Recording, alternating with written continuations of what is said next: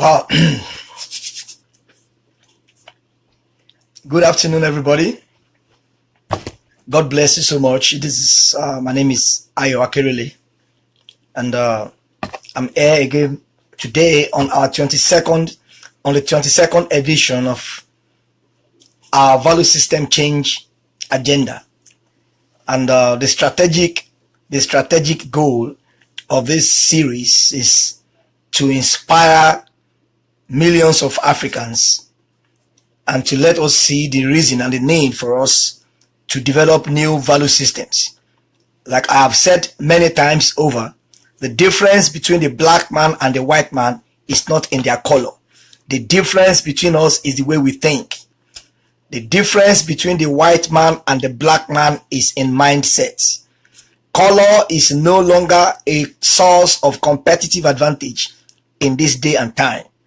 If you are able to score more goals than Lionel Messi and you are a black man, and you can successfully increase the pitch of your blackness by 300-fold, but you can score more goals than Lionel Messi, you can score 3 times as much goals as Ronaldo can score, and then you are living in one village in Uganda, they will fish you out regardless of your color. So what counts in this generation is results, impact, influence, value. So the world is now value driven. The world is driven out towards value rather than towards color. So our problem is not color, our problem is the mind. Our problem is not color, our problem is the mind. And so in 2018, I want us to change. I want us to become a completely different set of people. The black continent's balance should stop. Anywhere you mention black people, the black continent, it should stop. And we have looked into 21 different value systems. These value systems can change any nation, from deserts to Japan, to Tokyo, to Toronto, to New York. It can pick a nation from the ground and turn them around. And if we are to write this thing in a book, the book will be as big as this. And if we are to transcribe all I've been saying into written form, it will be a very, very good book. Maybe something can come out of it in future, in the next couple of years.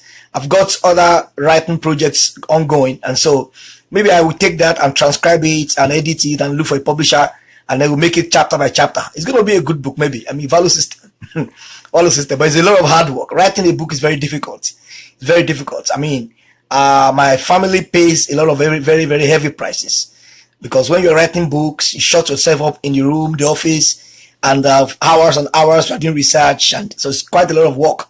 But we thank God for His grace.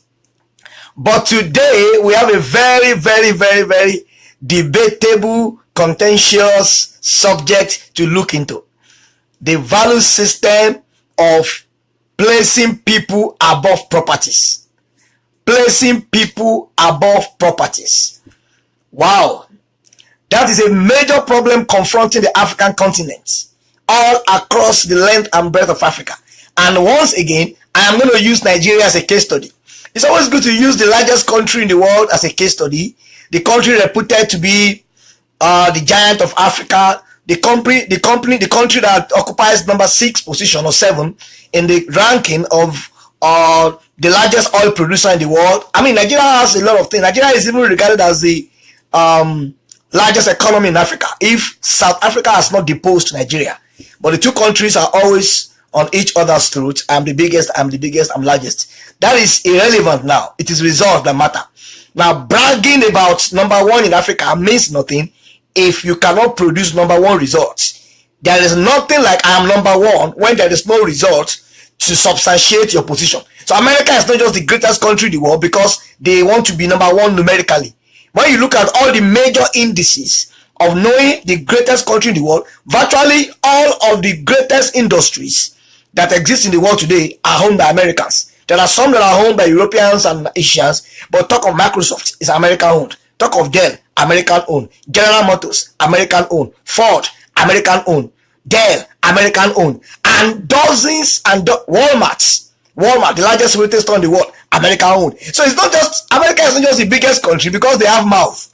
They have evidences, empirical evidences, empirical evidences that we are the greatest.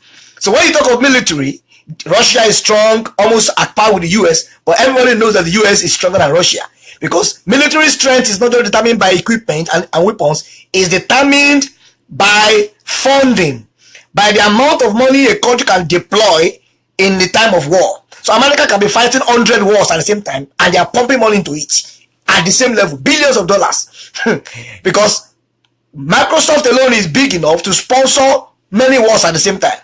So it is time for us to stop brandishing our ranking. We are number one in Africa. We are number one. Do we have number one results? In virtually all the indices of measuring human capital development, Nigeria is lagging behind South Africa and some other African countries. And so we have a lot of problems. And so that's why I like picking the largest country in Africa as case example. If Nigeria can be fixed, my goodness, many other countries in Africa will borrow leaf from Nigeria and use Nigeria templates and use Nigeria example. So this subject matter today is a very contentious. A lot of people may not be happy with me, but I don't care how people feel about me. It's not important to me. As long as I'm making sense, I'm pleasing God, and I am speaking for the poor. I'm speaking for the less privileged. Of course, I honor all men. I respect everybody. But if what I'm saying today will touch somebody close to you, that is what is called maturity. The ability to accept the truth. Even if the truth is going to affect you personally. The ability to agree that I am wrong. My daddy is wrong. My mommy is wrong. My daddy cannot be telling lie. My mommy cannot slap people. So when somebody is accusing your mom and say what your mom has done is bad, you don't flare up and get angry at that person. I agree what you have said. It's true. What she did was wrong. The only thing I don't condone, I don't do, is dishonoring people, insulting people, is unchristian. I don't do it. And so, but we have to point out the issues that are devaluing us as a continent, and particularly as a nation. Now, we have a very serious problem on our hand, which I want to point our attention to in 2018. Placing properties and real estate above people. Placing properties and real estate above people. All across the length and breadth of Africa, particularly western part of Africa, and in Nigeria in particular. The number one disease, the number one sickness that many people have is this thing called real estate, property. If you have visited Nigeria recently and you have seen what I'm saying today, you actually understand what I'm trying to say. There is nothing wrong in buying houses. It is just an investment, and you make money from it. You can even buy houses for yourself, for your wife, and live there and enjoy yourself. There is nothing wrong in buying houses. Everybody buy houses. You have to live in a decent place. You have to live in a good house. But like I said yesterday, there is a difference between greed and need. There is a threshold that the need of a man can pass over that will translate from need to greed.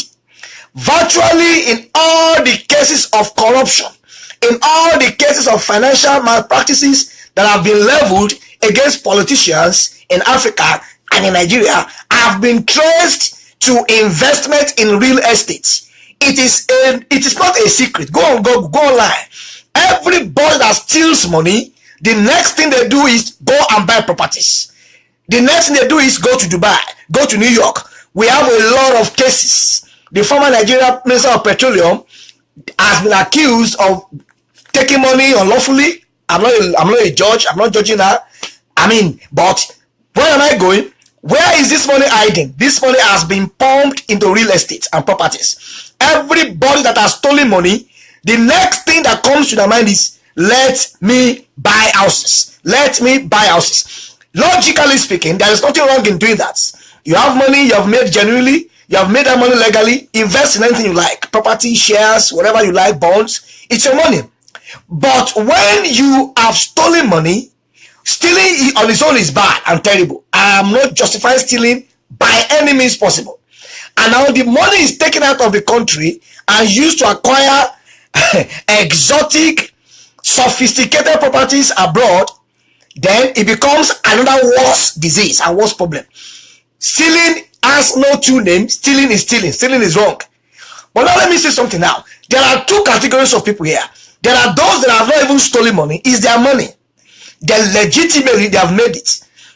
Maybe they are pastors, maybe they are politicians. They have not stolen money, they have worked for the money, and they have become rich. And then they take all of the money they have made and put the money in real estate. There is nothing wrong in that. Look at that thing within context. Buy houses to make money from it, because real estate appreciates quite very fast, and you can make a lot of money from it. It's a very good investment. It's a very nice investment, and there is nothing sinful, there is nothing negative, there is nothing bad about it. So I want you to get the context in which I'm speaking. The context in which I am speaking now is the context of an environment of poor people. More than 70% of people in Africa are living below the poverty line. Things are better in some countries. In some part of South Africa, things are better, but there are a lot of suburbs in South Africa where people are poor and struggling. So this thing actually affects the entire length and breadth of Africa. Let's come back to West Africa. Come back to Nigeria, for example. More than 70% of Nigerians are living below poverty line.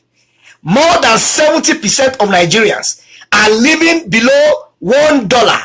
The United Nations has allocated $1, has identified $1. $1 is like 400 naira, whatever. At least that is the lowest level of poverty that an individual must be. And so when you have a nation where at least 70% of people are living below that line, it's an epidemic. It's an epidemic. A state of emergency should be declared. Now, when people that have been privileged to make money, either you are a pastor or you are a businessman, when they have made their money, and the next thing that comes to their mind is how to acquire properties. They don't just acquire properties that they need. This is where the problem is. If you want to buy houses, and you buy one for yourself, buy one for your wife, buy one for your children, 3, 4, 5, if 5 is what you want, the people I'm talking about are not just buying what they need. They are buying for greed. The people I'm talking about are buying for greed. Virtually all the people that have stolen money in Africa, in Nigeria, all pumped the money into properties at the detriment of the people. At the detriment of the people. And this is where we have problem. So there is a twisted logic that properties are more important than people. They are not saying them verbally in their mouth, but the ways and manners of life of many of us portrays the fact that we put more value on buildings than on people. I am not going to change my focus now to human resources. I'm an HR expert. I've done HR to the highest possible level. I've written dozens and hundreds of articles on HR. And so I'm speaking out from a professional point of view. There is no single organization in the world. There is no single industry, no single company that has succeeded up till today on the ground of technology, property, system, structure, strategy without the active input of people. People are the greatest assets in any organization.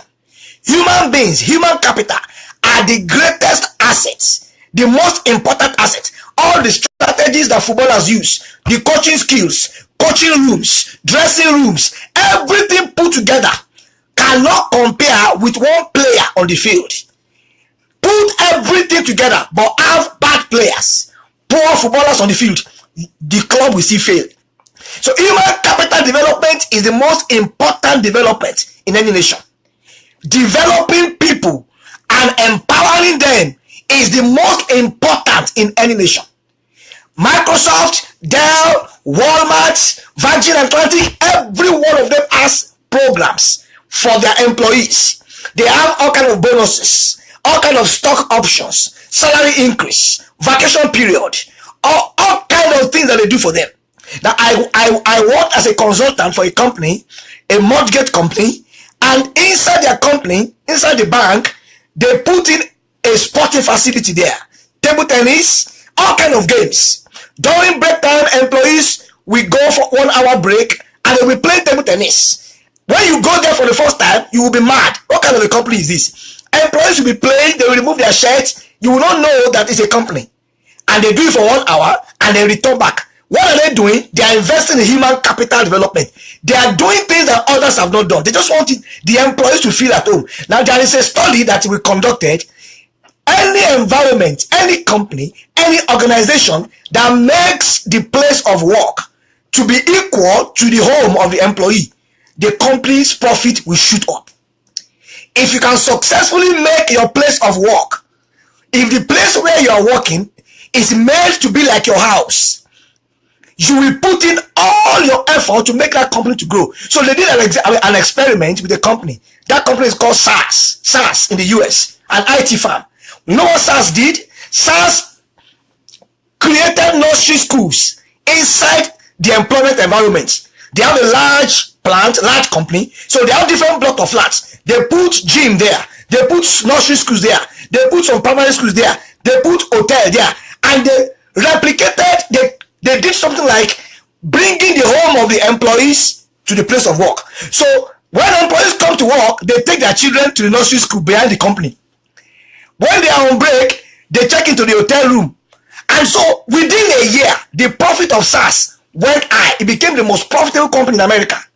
And every other company began to leverage that strategy to ensure that employees are well taken care of. That is in the corporate world. Ask any MD, ask any human resource manager of any company. They will tell you that human capital is superior to any other kind of capital.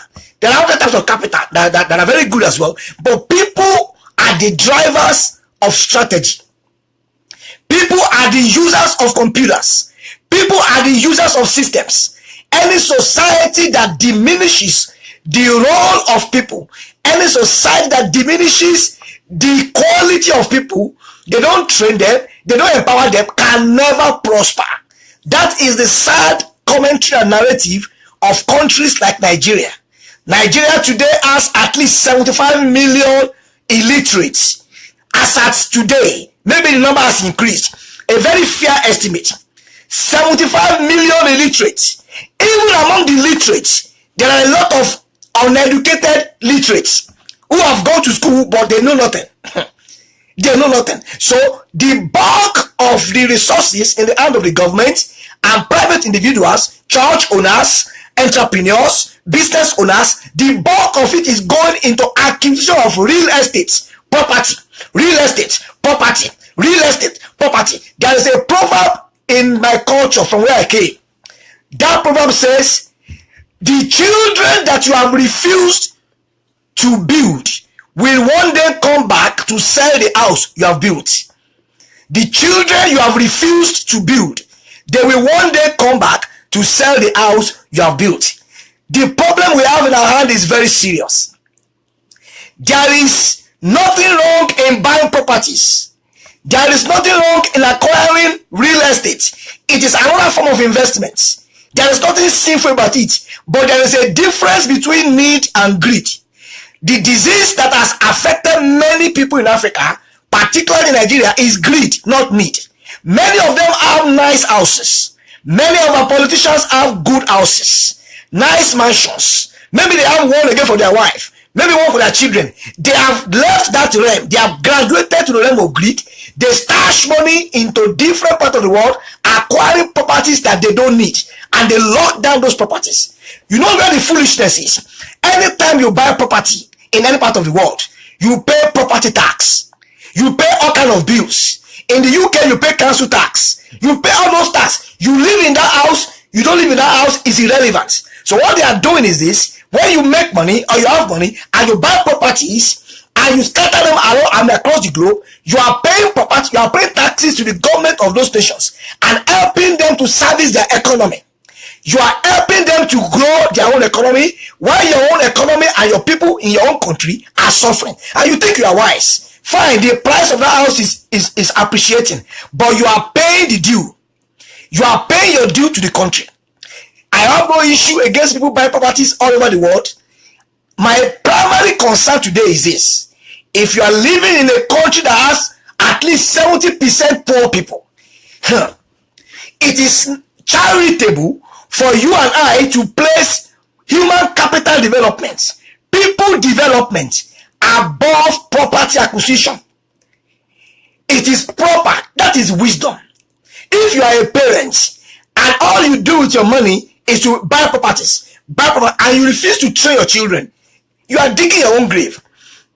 Because at the end of the day, when you are old and you're about to die, those children will give you up. They will sell you out. You have no legacy to rely on. You have no posterity. And many rich people, at the point of their death, they begin to regret. Many of them have not invested in their children. They have made money all over the world. And now when they die, the family members, the uncles, the aunties will come together and share the properties. And sometimes the children will become vagabonds. Vagabonds, unruly people, drug addicts, because they haven't invested. We have a very serious problem on our hands. There is nothing sinful about buying houses. There is nothing sinful in buying a land in America or in the US or in Toronto or in Tokyo or whatever. Buy a property if you can afford it, as long as you haven't stolen the money. But if you have been placed in a position of authority, you are a pastor, you are a politician, you are a governor, you are a president, you are a business owner, and you have access to huge funds, you have access to money, and the only thing that dominates your mind is to disproportionately, now mark that word, disproportionately invest in real estate at the expense of human capital development. You have missed it. What do I mean by disproportionately? I've got $1 billion. It's my money. I didn't steal the money. Nobody can query me how I spend it. But the world today has left the era of sound judgment. That you have made your money legally doesn't mean you are excused from being socially responsible. There is something we call CSR, corporate social responsibility. You don't have to be told that you must help people. That is why you see Bill Gates, Warren Buffett, all of them, Mark Zuckerberg, sharing their wealth into 2, into 3, distributing this money across the globe. They are not under compulsion to do it, but because of their own sound value system, we must be socially responsible. We must help the needy. We must help the poor. How many times have you heard that a black man, that a black pastor divided his wealth into 2, sent everything to Uganda with proven evidence? How many times have you heard that before? That a pastor in Ghana, who is the richest man in Uganda, divided his house and his wealth into 2, and with proven evidence. Not a mirage now. What people can verify, and ask them to send that money to the northern part of Nigeria or to the black people in South Africa to eradicate HIV. You won't hear such kind of a thing. The only thing that is a legacy for the black man is accumulating things. The reservoir mentality is killing us. The reservoir mentality is killing us. Unfortunately, the church has been affected. We are now in an era where the culture of silence has died. There is a group of people now that have arisen. They are not afraid to say the truth the way it is. They are not even afraid of death. For a Christian, death is only a passage to glory. So there are some people that are arisen now. If black is black, they call it black. If white is white, they call it white. And I believe you are among them and among them too. And so this season we are in now, we must build the next generation. Our children must not be caught in the web of this mess. Our children will not be caught, must not be caught in the web of this mess. What is the future of the next generation in Nigeria, in Zimbabwe? As of today in Nigeria now, there is severe fuel crisis. A nation reputed to be number 7 largest oil producer in the world has been grappling and struggling with organizing our oil sector. What do you think is responsible for this thing? Human capital development. Years back, the people at the ends of power, who had the authority, who had the latitude to develop programs that will affect the common man, they didn't do it. They stole the money. So successive government that came in began to battle with the problems that the previous ones have created.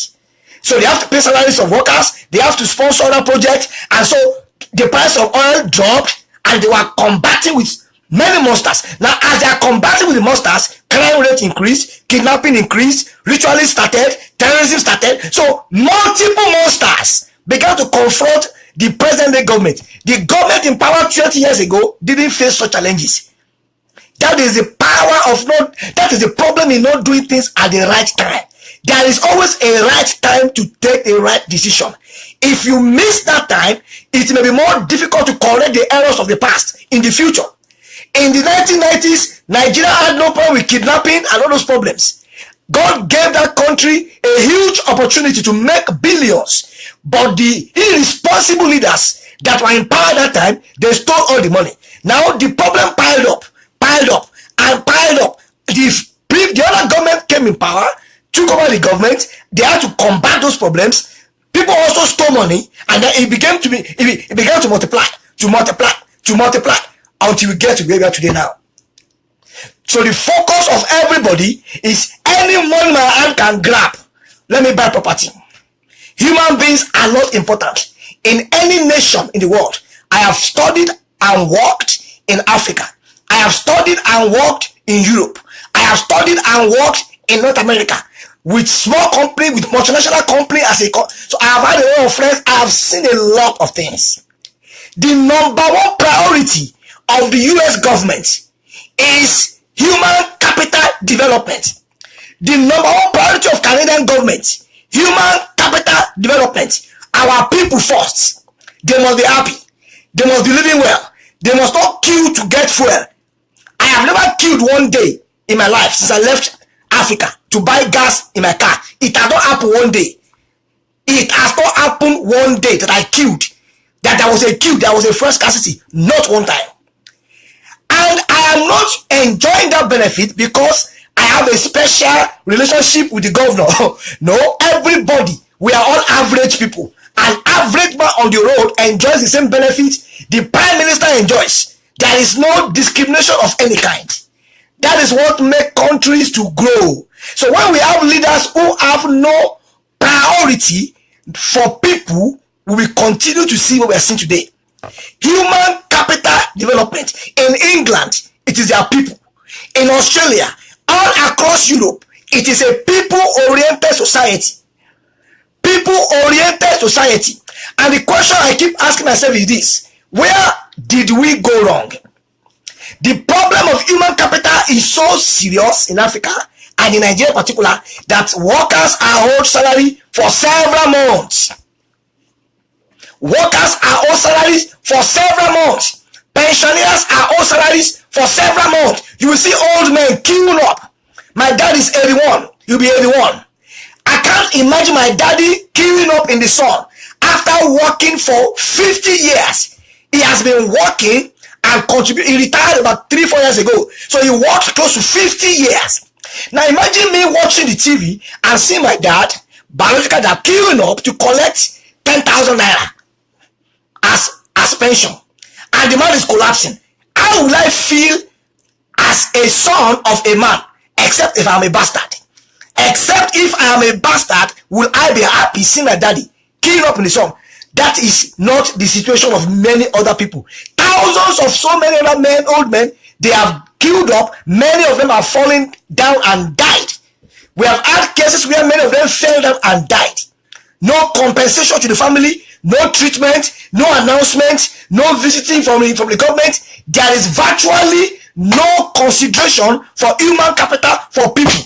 Any society that has zero concern, zero passion for human capital development, and their focus is property, real estate, infrastructure, property. Those things are important, but not at the expense of people.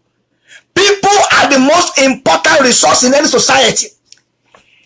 People, if war breaks down, God forbid, it won't happen in Jesus' name in Nigeria. If war break out in Nigeria today, all the properties will be burned to ashes. All the property, the first thing that was attacked in Syria, in Aleppo, I was an active observer and follower of the Syrian war. The first set of things that go down in any state of war are the buildings. By the time they throw this bomb, all the building collapses. Because people will hide inside building, insurgents will be keeping weapons in the building. So when they want to attack any particular city, they go for buildings. set them on fire, plant bomb inside them, to let you know how transient, how ephemeral, how weak in value properties will be in future if they are being acquired at the expense of people. Human capital development is the bedrock of transformation in any society. There is practically no program, no plan.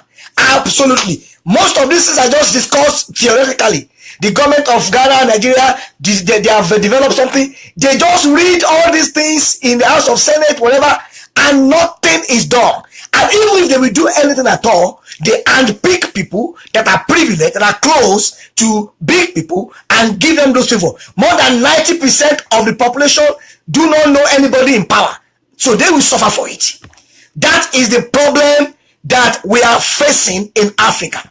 Human capital development. The one that melts my heart most is the Church of God. The Church of God that should be the beacon of light in society. There is this consciousness. There is this mindset. It's a value system. I have to empty central bank to build my church. I don't know where this thing came from.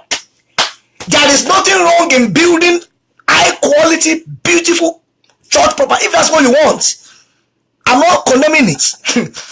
But the scale of investment, the amount of money that our brothers and sisters and pastors are pouring into properties that they will occupy 2-3 hours or 5 hours or 10 hours for a whole week and leave, adding no value to society, practically no value.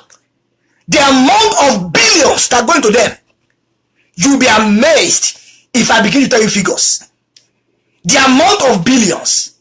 People living in developed countries where they have money, in Australia, in Germany, they don't waste money in that manner. So there's a culture of wastage. A culture of wastage propelled and provoked by this mindset. My building must be the biggest. My building must be the most expensive. That adds honor to me. So that when I'm preaching and I'm talking, I can tell people my property is the best in the world. My property has the best air conditioning system in the world. Vanity upon vanity. All is vanity. The day of death will come. Everybody is going to die. There is nobody that will be buried with his property. So many of us, many people in Africa, many politicians, their dream is to acquire the whole world. Acquire all the properties in the whole world. When they will only be buried in a small portion of land when they die. That is the vanity of life. That is the vanity of life. You know, Rick Warren is an American pastor. Rick Warren said he had been by the deathbed of many people when they were dying. He said in not one occasion has anybody that was at the point of death talking to him about property, about my car, he said the first thing they will say is, where's my family? Where's my family? He said not one person has asked him, sir, my house in there. He said when people are at the point of death, the only thing they talk to him is, where's my wife? Where's my son? Because on that particular day, at that time, they are on the edge of eternity. Nothing else matters. Now the vanity of life now stares them on the face. All the houses they have built, if at that point they haven't built their children, there is nobody to come to their deathbed. Let me not deceive you. Every one of us will experience that thing. You will be 80 one day, you'll be 90 one day, you'll be 100 one day, you'll be on your deathbed, and the next question that you will ask is, where are my people? Where are my people? If you have not developed anybody, nobody will be there. Nobody will be there. Nobody collects the key of his house on the deathbed and put them in his pocket, taking them to heaven. For we brought nothing to this world, and it is certain we will take nothing out. What are some of the areas of human capital development that changes nations? Education. That is the number one and the most important. Education. If you live in a country where more than half of the population are illiterate and you have money, you're a billionaire, and more than 90% of your investment is property, Not because you need those things, it is greed that is fueling it. You just want to have the biggest and the largest so as to fuel your ego. Whether you are a pastor, you are a politician, I don't care. Ego is ego. Ego has no respect for anointing. In fact, the most anointed people sometimes are the most proud. Because you cannot see it on their face, but the way they will comport themselves, you know this man is proud. Is proud. Where do we go from here? Education. Education. Somebody was saying something yesterday. I was watching on social media, and he said, this man is just a regular civil servant. But he said he has made up his mind that he is going, and his wife, they will sponsor at least one poor person to school until university level. Now, if you pick one person, I pick one person, based on our capacity, maybe I can handle 10, you can do 20, my friend can do 50, and we make it a body in our hearts that we will clear our society of illiteracy within 5 to 10 years. Within 5 to 10 years, we will sanitize Africa. Nigeria will be sanitized. All the boys that have been recruited for Boko Haram, for terrorism, for kidnapping, they will all own bachelor's degree in chemistry, BSc in accounting. Go back and call them after they have become a graduate to come and join Boko Haram if they will answer you. To let you know the connection between education and crime. When the rate of literacy rises in a country, crime or criminality drops. Because it is very unlikely that a man that works with a bank as a manager will be asked to put bomb in his body and kill himself when he's not mad. He won't do it. Virtually almost all the people that are involved in terrorism in Nigeria are illiterates. Illiterates and Nigerians. All those boys that have nothing to do, they pick them up, give them money, motivate them, inspire them, brainwash them, and give them weapons. But if they are educated and they are empowered, it will reduce the level of indoctrination. It will reduce the level of brainwashing. This is the sad commentary of our society in Africa. And I'm making Nigeria a case study today. It is not a sin to invest in property if you have the means. At least you haven't stolen the money. It becomes a sin when you have stolen the money and you're investing in it. When you have an opportunity to choose two types of investment, your son should go to school or you should build a house. Which one will you choose? You'll be surprised that so many people in Africa will choose building a house and will allow their son to go and learn a trade. If you are in a position of authority, you are a pastor leading a big church, and God has blessed you, and you have money and access to power, what is the number one thing on your agenda as a church? To build the largest church in the whole of the world. That is the number one thing on the agenda of our pastors. The poor people can go and die. If the government cannot take care of them, it's not my responsibility. And I can see Jesus becoming the pastor of a 10 million church, and Jesus is telling people, go and die. You can imagine what Jesus will do if he is in that condition. And this is why I have taken it upon myself to challenge my friends and challenge myself as well, that there is nothing greater than human capital development in any nation. The people of any nation are the foundation of transformation, of growth, of development. Name any country in the world that is doing anything great, you will see the name of somebody behind it. The greatest footballer in the world is human being. The greatest this is human being. The greatest that is human being. Who will rescue our people from the hands of these predators? Where is the man? Where is the leader? Where are the leaders who will rescue our people in Africa?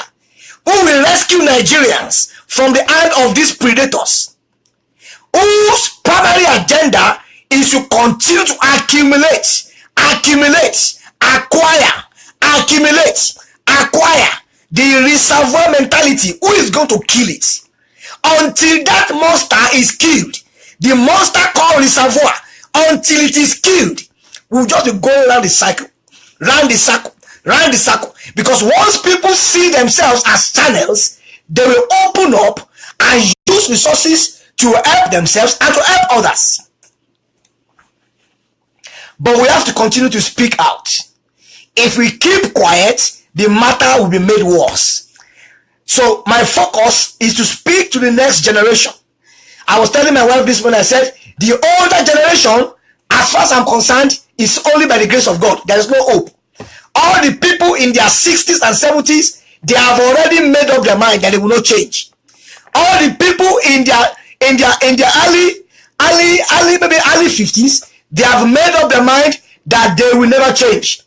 But me, I have made up my mind that I will be part of the solution and not part of the problem. I will be part of the solution and not part of the problem.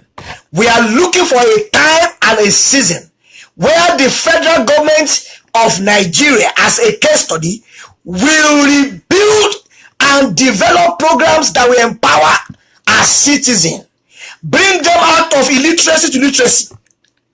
We are praying and looking for a time when churches will arise, whether they will do it alone or come together and say, there are 10 million illiterates in the state of Kano. We have done our own sample, our own research. There are 10 million illiterates from the age of 7 to the age of 50. Now, 20 churches are coming together. We have done a calculation and a budget. We will need 20 billion to sponsor them throughout secondary school and university and to mentor them. We've created mentorship programs, and then they roll this thing out, and all the churches contribute, and they take 10 million people out of illiteracy in Kano. Within the next 10 years, Kano will have thousands and millions of graduates and doctors and professors. What will happen to Kano? There will be an eruption. There will be an earthquake of intellectual knowledge. Everybody will spill over. People will be spilling over. People will be traveling from other states to go to that state. That is just one state. You want to tell me that there is no money to do it? There is plenty of money. The money is in houses in Dubai, in New York, in Toronto. The money is in different estates all across Abuja, Nigeria, where they have built and bought houses they don't even live in. They just lock them there, including many of our Christian leaders doing the same thing.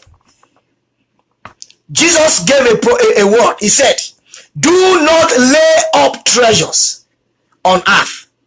That word fell out of the mouth of Jesus. That word didn't say do not have treasures.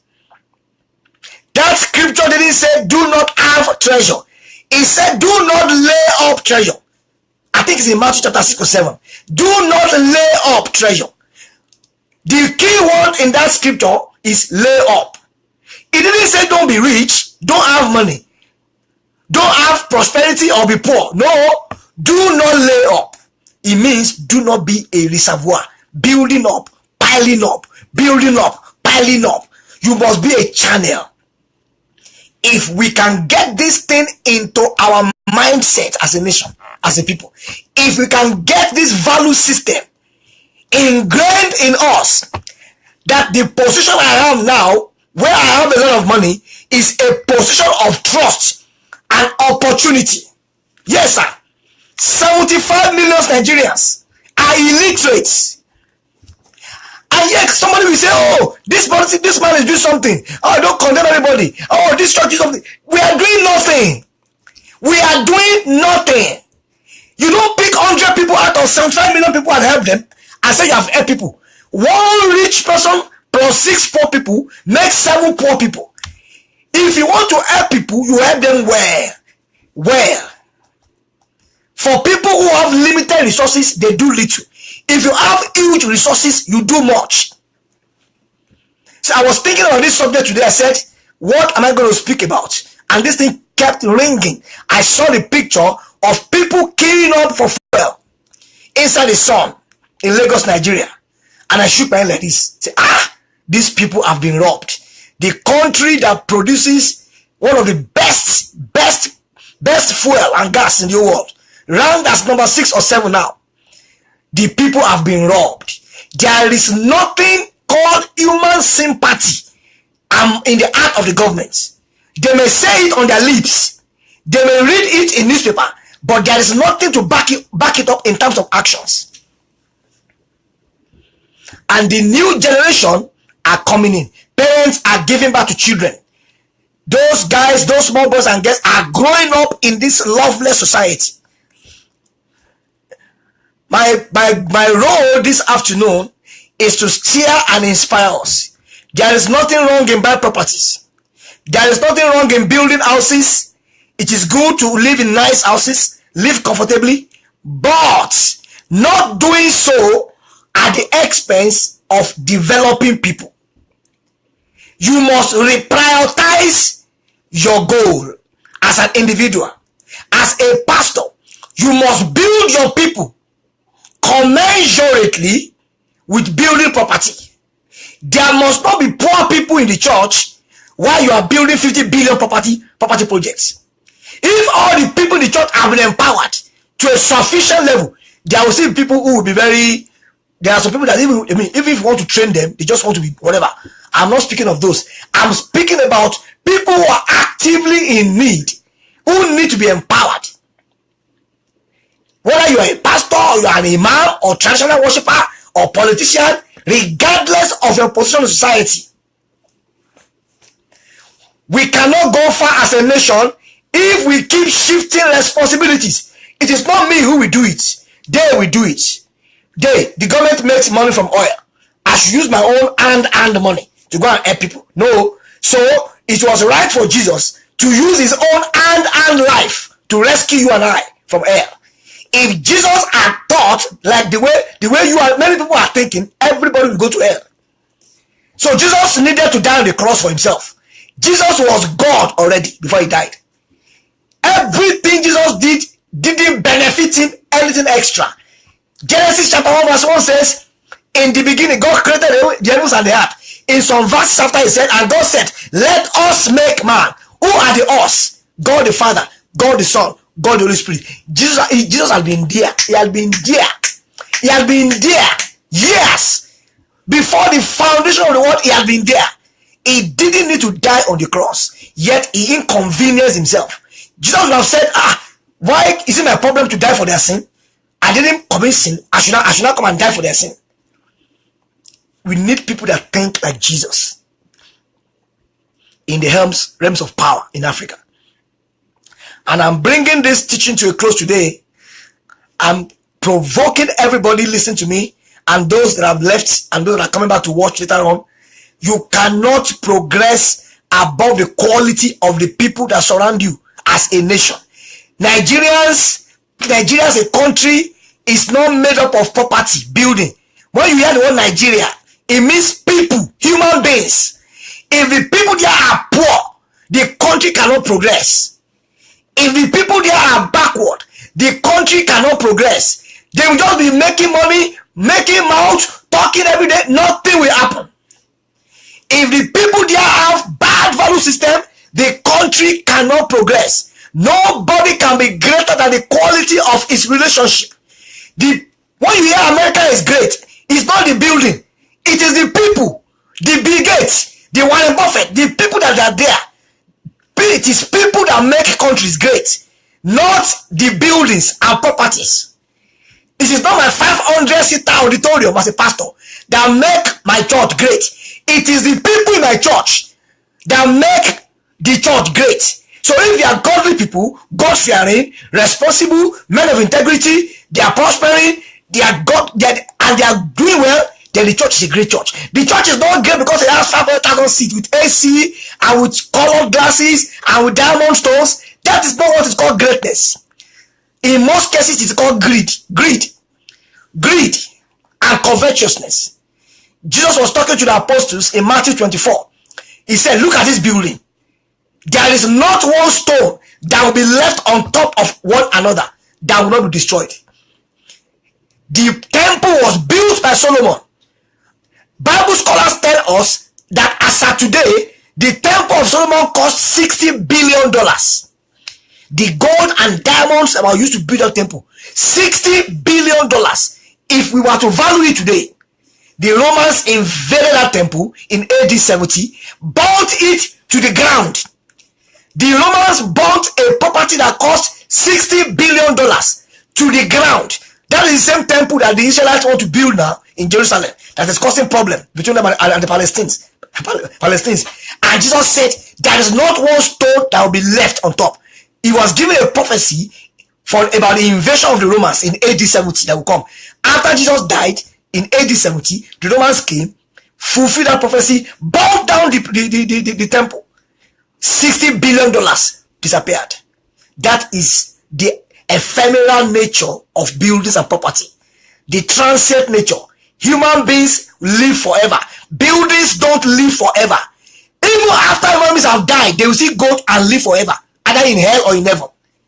Human beings live forever. Buildings don't live forever. I wish this thing can be blown on the rooftops of the Senate House in Nigeria, the presidential palace, governors' houses, on our churches. Let people, even if they put their ears hand in their ears, let this thing be blowing. Buildings don't last. Human beings last. When they die, they go to heaven. Buildings will collapse and will come to nothing one day. That is why great nations invest in building their people, because human capital development is superior to any other kind of development. Nigeria is not a great nation, not because it doesn't have big houses, big cars. It is not a great nation because it doesn't have a lot of great people. There are few great people in Nigeria, but not many. Not many. So you have a lot of politicians that are corrupt, pastors, a lot of them are corrupt, students, a lot of them are corrupt, kidnappers, and then we have a lot of other good people in Nigeria, but the proportion of the bad ones is increasing by the day. So that is diminishing the influence of the few good ones. There are bad people in America, bad people in England, all over the world, but the proportion of those that are doing great things, building industries, manufacturing products, they are increasing. So their proportion is overshadowing the bad ones in their country. Any sound thinking government of any nation will invest more in human capital, and they will diminish the role of property. Property is very good. We have to live in houses, we have to go to school in buildings. These things are important. I'm not talking about those ones that affect people directly. I'm speaking of unnecessary and greedy, covetous acquisition of real estate and properties all across the globe, because I want to be the biggest and the best. That is the problem we have in our hands. In 2018, I want us to make a commitment that we give more attention to human capital development. I wish our leaders have an opportunity to listen to what I'm saying today. But we're going to continue to speak. We will relent to speak because of the coming generation of people. Thank you so much for this broadcast. I'm going to bring it to a close now. And I believe you've learned a lot from it. People are more important than properties. Buildings don't last forever. Human beings last forever. No nation can outgrow the quality of our people. When the people are poor, the country is poor. When the people are rich, the country is rich. Rich nations are not rich buildings. Rich nations are rich people. When the people are rich, the nation is rich. So whatever you will do and how we do to enrich and empower our people through education, through training, through mentorship, we must do it. The more people we get out of illiteracy and poverty, the better it is for our nation in Nigeria, in Ghana, and all across Africa. Thank you so much for this time you spent with me. God bless you. Have a nice evening. I see you tomorrow at the same time. Bye-bye. God bless you, sirs.